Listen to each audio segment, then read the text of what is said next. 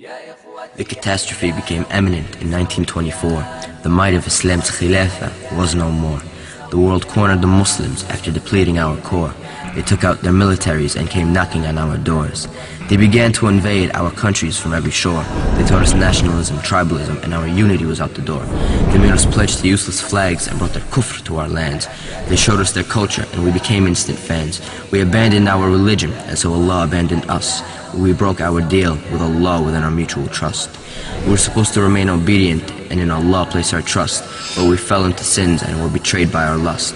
Allah sent us a messenger who taught us success, to aim for Jannah and love this dunya much less. But we took the blessings of honor and power for granted, so when we strayed from Islam, a wake-up call we were handed. The troops of the devil in our nations quickly landed, to colonize the Muslims with their kufr so candid. But we still didn't learn and so soon we became related. They were far from Allah and Islam is what they hated. We too loved this dunya and our iman had long faded. We didn't realize that the gates of Jannah are gated. Earning Jannah means putting desires to the side, if we expect the gates of paradise to open for us wide. But since we abandoned Allah and forgot our religion, Allah says be, and so He carries out His decision. The worst amongst us were made to lead us. They too were oppressors and didn't even feed us. Allah withdrew our khilafah and woke us up to a reality, that our success is with Allah and not with ethnic principalities. That we need to put our ethnicities and worldly love to the side and hold firmly to the rope of Allah, not swimming with the tide.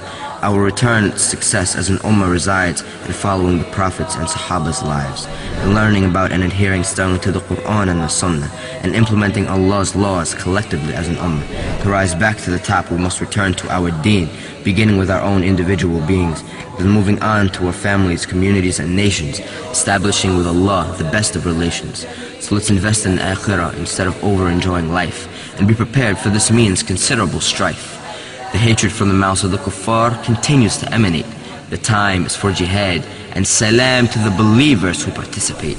Allah's Messenger sallallahu alayhi wasallam said that the kuffar would attack and Muslim blood would be shed.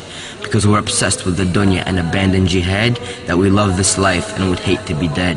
And until we return to our deen, this condition remains, that we stand humiliated until we rethink our aims.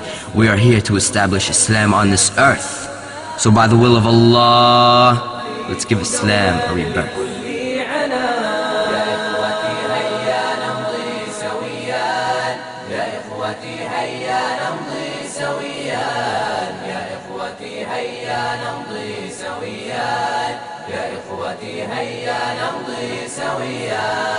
نطور نبغي سبيل المنى ونحفظ دوما مكاسبنا نزيل التخلف رمز الكسل نشجع نحو البنا